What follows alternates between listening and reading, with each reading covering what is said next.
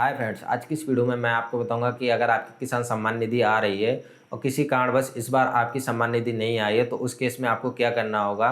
तो चलिए फ्रेंड्स, अपनी वीडियो को स्टार्ट करते हैं। तो फ्रेंड्स, अभी की बात करें तो पीएम किसान सम्मान निधि योजना प्राप्त करने के लिए आपके पास 3 चीज़ें होना मैंडेटरी है। पहला आपकी केवाईसी, दूसरा लैंड सीडिंग, तीसरा डीबीटी। तो आज की इस वीडियो में हम इनको थोड़ा सा डिटेल में समझने की कोशिश करेंगे, ये तीनों चीज़ें क्या हैं। साथ ही मैं आपको इसका सॉल्यूशन भी बताऊंगा अगर इनमें से एक भी कमी आपके स्टेटस में रह जाती है किसान सम्मान निधि योजना में, तो उसे आप कैसे ठीक कर सकते हैं। साथ ही अगर आपके अभी तक किसान सम्मान निधि योजना का रजिस्ट्रेशन ही नहीं हुआ तो घर बैठे आप उसका रजिस्ट्रेशन कैसे कर सकते हैं, उसके ऊपर मैं फुल डिटेल्ड वीडियो बना चुका हूं। इस वीडियो का लिंक डिस्क्रिप्शन में ही मिल जाएगा, उस वीडियो को देखकर सीख सकते हैं एक न्यू रजिस्ट्रेशन कैसे करना है। तो फ्रेंड्स, सबसे पहले मैं यहाँ पर आपको इसका स्टेटस चेक करना बता देता हूँ, कहाँ पर आपको कौन सी चीज़ दिखाई देगी, और उसके बाद उसका सॉल्यूशन बताता हूँ कि आपके स्टेटस में कोई प्रॉब्लम आ रही है तो उसका सॉल्यूशन क्या रहेगा। तो इसके लिए आपको pmkisan.gov.in वेबसाइट को ओपन कर लेना है। वेबसाइट जब ओपन हो जाएगी तो यहाँ पर आपको बेनिफिशियरी स्टेटस का ऑप्शन देखने के लिए मिलेगा, उस पर आपको क्लिक कर लेना है। अब यहाँ पर स्टेटस चेक करने के लिए आपको मेनली 2 ऑप्शन देखने के लिए मिलेंगे। पहले जो आधार का ऑप्शन मिलता था वो आधार का ऑप्शन नहीं है, तो आप आधार से पीएम किसान सम्मान निधि का स्टेटस चेक नहीं कर पाएंगे। यहाँ पर 2 ऑप्शन मिलते हैं आपको, पहला आपका मोबाइल नंबर, दूसरा आपका रजिस्ट्रेशन नंबर। रजिस्ट्रेशन नंबर बहुत से किसानों को नहीं पता होगा, तो मोबाइल नंबर आप उस मोबाइल नंबर से चेक कर सकते हैं स्टेटस जिससे आपने अपनी केवाईसी कराई है। जब आपने केवाईसी कराई होगी तो आपने एक मोबाइल पर ओटीपी लिया होगा, उस ओटीपी को वेरीफाई करके केवाईसी कराई होगी। तो जिस नंबर से आपने केवाईसी कराई है उस नंबर को दर्ज करके कैप्चा को फिल करके सर्च करेंगे तो आपका स्टेटस आ जाएगा। अगर ऐसे आपका स्टेटस ओपन नहीं होता तो ऊपर आपको यहाँ पर नो योर रजिस्ट्रेशन नंबर का ऑप्शन मिल जाएगा, जिस पर क्लिक करने के बाद आप अपना मोबाइल नंबर दर्ज करेंगे, कैप्चा को फिल करके एक ओटीपी सेंड करेंगे। ओटीपी आपके मोबाइल नंबर पर भेजा जाएगा। ओटीपी को वेरीफाई करने के बाद किसान का नाम और रजिस्ट्रेशन नंबर यहाँ पर आ जाएगा, तो इस रजिस्ट्रेशन नंबर को कॉपी करके आप अगेन उसी टैब पर वापस जाएंगे बेनिफिशियरी स्टेटस पर। उसके बाद अपने रजिस्ट्रेशन नंबर को यहाँ पर टाइप करके कैप्चा को फिल करके यहाँ पर आप अपने स्टेटस को ओपन कर सकते हैं। जब आपका सम्मान निधि का स्टेटस ओपन होकर आ जाएगा तो कुछ इस तरीके का इंटरफेस यहाँ पर आपको दिखाई देगा। तो यहाँ पर मैं आपको बता दूँ तीनों चीज़ों के बारे में। तो फर्स्ट यहाँ पर आप देखेंगे, यहाँ पर आपको ई केवाईसी डन दिखाई दे रहा है, तो यहाँ पर आपका यस होना चाहिए। अगर यहाँ पर आपका नो है तो आपकी केवाईसी नहीं है, आपको अपनी केवाईसी करानी होगी। तो यहाँ पर आपकी केवाईसी यस होना चाहिए। उसके बाद यहाँ पर आप देखेंगे इस साइड में, तो यहाँ पर आपको एक ऑप्शन देखने के लिए मिलेगा लैंड सीडिंग। तो लैंड सीडिंग आपकी यस होनी चाहिए। अगर यहाँ पर आपकी नो है तो आपकी किसान सम्मान निधि योजना की किस्त नहीं आई होगी। अगर इस बार आ गई होगी तो नेक्स्ट टाइम आपको दिक्कत आ सकती है, तो ये भी आपको यस होना चाहिए। उसके बाद यहाँ पर तीसरी जो मेन चीज़ है वो आता है यहाँ पर पीएफएमएस रिस्पॉन्स। वो यहाँ पर आपका यूआईडी अनेबल होना चाहिए। अगर आपका यूआईडी अनेबल नहीं होगा तो यहाँ पर लिखा आ रहा होगा UID never enabled for DBT. तो इस तरीके से आपको अपना स्टेटस चेक कर लेना है और मेनली यहाँ पर आपकी ये 3 चीज़ें सही होनी चाहिए। अब यहाँ पर बात कर लेते हैं तीनों चीज़ों के बारे में। तो सबसे पहले बात करें केवाईसी के बारे में। तो केवाईसी आप किसी भी इंटरनेट कैफ़े पर जाकर करा सकते हैं या फिर चाहें तो घर बैठे भी अपनी केवाईसी कर सकते हैं। इसके ऊपर मैं एक फुल डिटेल वीडियो बना चुका हूँ, यहाँ पर आपको देखने के लिए मिल जाएगा, लिंक डिस्क्रिप्शन में ही मिल जाएगा। अगर आपके आधार में नंबर लिंक है तो आप घर बैठे केवाईसी कर सकते हैं। और यहाँ पर थोड़ा सा अभी दिक्कत आ रही है, तो फिंगरप्रिंट से केवाईसी नहीं हो पा रही है। तो अगर आपके आधार में नंबर लिंक नहीं है तो पहले नंबर लिंक करा लीजिए, उसके बाद यहाँ पर आप अपनी केवाईसी जो है घर बैठे कर सकते हैं या फिर किसी इंटरनेट कैफ़े पर 20 से 30 रुपये का पेमेंट करके अपनी केवाईसी कंप्लीट कर सकते हैं। तो केवाईसी में मेनली 2 चीज़ें चेक की जाती हैं, एक तो किसान प्रेजेंट है या नहीं है, दूसरा यहाँ पर कोई डुप्लीकेट तरीके से वो 2 जगह तो सम्मान निधि नहीं ले रहा। तो मेनली ये 2 चीज़ें चेक की जाती हैं केवाईसी में।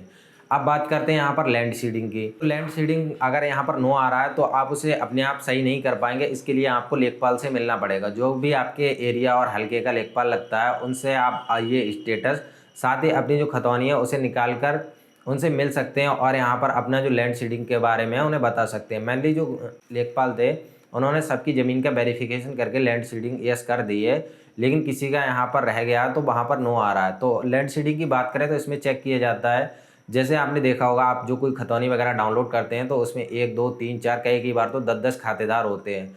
तो यहाँ पर 1 से ज़्यादा लोगों की सम्मान निधि आ रही है तो यहाँ पर उनका जो खसरा संख्या है और खाता संख्या वो सेम मेंशन होगा उनके एप्लीकेशन में भी। जो दूसरे खातेदार हैं, तीसरे चौथे जितने भी खातेदार हैं, सबके में खसरा संख्या और खाता नंबर जो है सेम यहाँ पर होता है। तो ऐसे में सिस्टम को पता नहीं लग पाता है जो खातेदार है कौन सही है और कौन गलत है। तो ऐसे में जो मैनुअली लेखपाल है इनका सत्यापन करते हैं।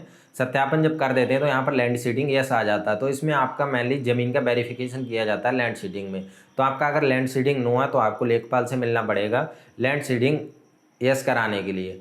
अब बात करते हैं तीसरे के बारे में, डीबीटी के बारे में। तो डीबीटी क्या होती है और आप अपने आधार से कैसे चेक कर सकते हैं आपके किस अकाउंट से डीबीटी है, उसके ऊपर आप हमारी ये वाली वीडियो देख सकते हैं। डीबीटी की फुल फॉर्म होती है डायरेक्ट बेनिफिट ट्रांसफर। तो आजकल आपका जो भी पेमेंट आता है सरकारी योजनाओं का, सब डीबीटी के थ्रू ही आता है। चाहे आपकी स्कॉलरशिप हो गई, चाहे ये सरकार द्वारा दिए जाने वाला कोई भी लाभ हो गया, वो डीबीटी के थ्रू आपके अकाउंट में दिया जाता है। पहले हमारे जो रजिस्ट्रेशन हुए थे सम्मान निधि के, उनमें अकाउंट नंबर लिया गया था, लेकिन आजकल कोई भी अकाउंट नंबर नहीं लिया जाता है। जो भी हम सम्मान निधि का न्यू रजिस्ट्रेशन करते हैं उसमें कोई अकाउंट नहीं लिया जाता है। जो भी आपके आधार में लिंक अकाउंट होता है जिससे आपकी डीबीटी होती है, वो डायरेक्ट बैलेंस आपके अकाउंट में ट्रांसफर कर दिया जाता है। तो आप ये वाली वीडियो देख कर चेक कर सकते हैं आपके अकाउंट में डीबीटी है या नहीं है। अगर आपके अकाउंट में डीबीटी नहीं आती है तो यहाँ पर आपको अपने बैंक जाना है।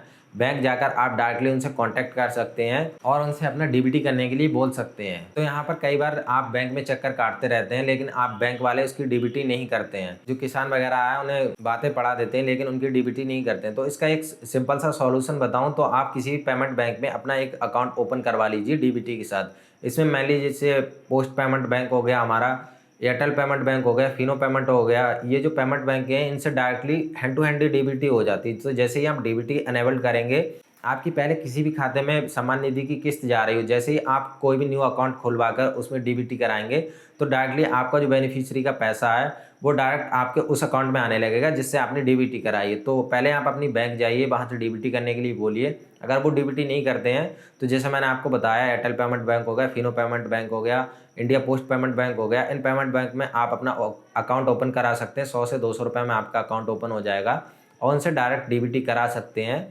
इससे आपको कहीं भी भागने की ज़रूरत नहीं पड़ेगी। आप अपनी किसी भी नियरेस्ट सीएससी या फिर जनसेवा केंद्र जहाँ भी ये सीएसपी पॉइंट होता है, वहाँ से इस अकाउंट को ओपन करके डायरेक्टली अपने आधार से पैसे को विड्रॉल भी कर सकते हैं। तो मेनली ये 3 चीज़ें आपकी सही होनी चाहिए पीएम किसान सम्मान निधि योजना की किस्त प्राप्त करने के लिए। अगर आपकी ये तीनों चीज़ें ठीक हैं तो आपकी किसान सम्मान निधि योजना आ रही होगी और आगे भी आती रहेगी। अगर कोई नई चीज़ आती है तो मैं उसके बारे में भी वीडियो बनाकर ज़रूर से इन्फॉर्म करूँगा।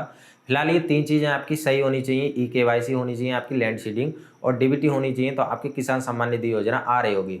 अब कई बार किसान का कैसा हो जाता है, पहले दूसरे अकाउंट में आ रही थी किस्त, तो यहाँ पर अब दूसरे अकाउंट में जा रही होगी, वो भी आप स्टेटस में चेक कर सकते हैं। स्टेटस में जैसे ही चेक करेंगे तो यहाँ पर लास्ट के 4 डिजिट देखने के लिए मिल जाएंगे आपकी सम्मान निधि है किस अकाउंट में जा रही है। कई बार ऐसे किसान आ जाते हैं जो कहते हैं हमारी किस्त नहीं आ रही, लेकिन स्टेटस चेक करते हैं उनकी किस्त आ रही होती है, लेकिन वो दूसरे अकाउंट में पहुँच रही होती है जिससे उनकी डीबीटी है। तो अगर आपकी ये तीनों चीज़ें सही हैं तो दूसरा अकाउंट चेक कीजिए, उसमें आपकी जो सम्मान निधि है वो आ चुकी होगी। अब यहाँ पर मैंने आपको तीनों चीज़ों का सॉल्यूशन भी बता दिया। केवाईसी नहीं है तो केवाईसी कैसे कर सकते हैं, लैंड सीडिंग नहीं है तो लैंड सीडिंग कैसे कर सकते हैं, और डीबीटी नहीं है तो डीबीटी कैसे करा सकते हैं। आई होप अब आपको पूरी जानकारी अच्छे से समझ में आ गई होगी और आपको वीडियो में बताई हुई जानकारी कुछ ना कुछ हेल्पफुल रही होगी। अगर आपको वीडियो जरा सी भी पसंद आई हो तो वीडियो को लाइक करें। हमारे चैनल पर पहली बार विजिट कर रहे हैं तो चैनल को सब्सक्राइब करके बेल आइकन को प्रेस कर लीजिए। हम मिलते हैं आपको ऐसी किसी नेक्स्ट वीडियो में, तब तक के लिए बाय बाय।